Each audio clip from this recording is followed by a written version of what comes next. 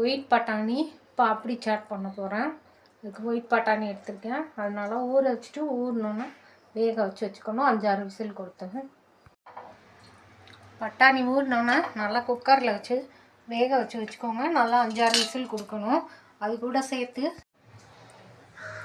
கடாயில் எண்ணெய் வச்சுருக்கேன். 1 ஸ்பூன், கொஞ்சம் ஜீரகம், கொஞ்சம் மஞ்சள், கருவேப்பிலை, வெங்காயம் வதக்கணும்.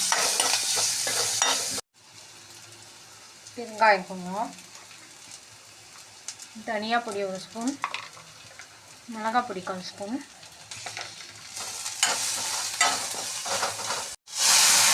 வேக வச்ச பட்டாணியை தண்ணியோடு அப்படியே ஆட் பண்ணணும். நல்லா கொதிக்கட்டும். ஸ்டவ் அணைச்சிட்டேன். சுண்டல் நல்லா சாட்டுக்கு தேவையான சுண்டல் நல்லா கொதிச்சிருச்சு. மேலே கொத்தமல்லி போட்டுட்டு நல்லா மிக்ஸ் பண்ணிடலாம்.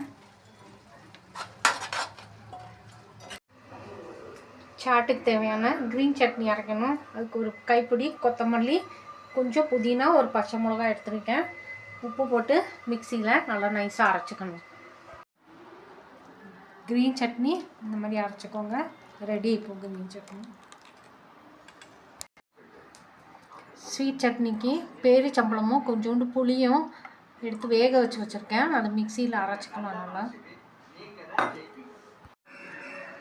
பேரிச்சம்பழம் அரைச்சாச்சு.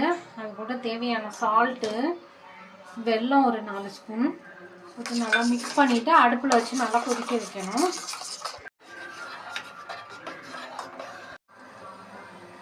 நல்லா கொதிச்சிச்சு. ஸ்டவ் அணைச்சிட்டேன். Sweet chutney ready.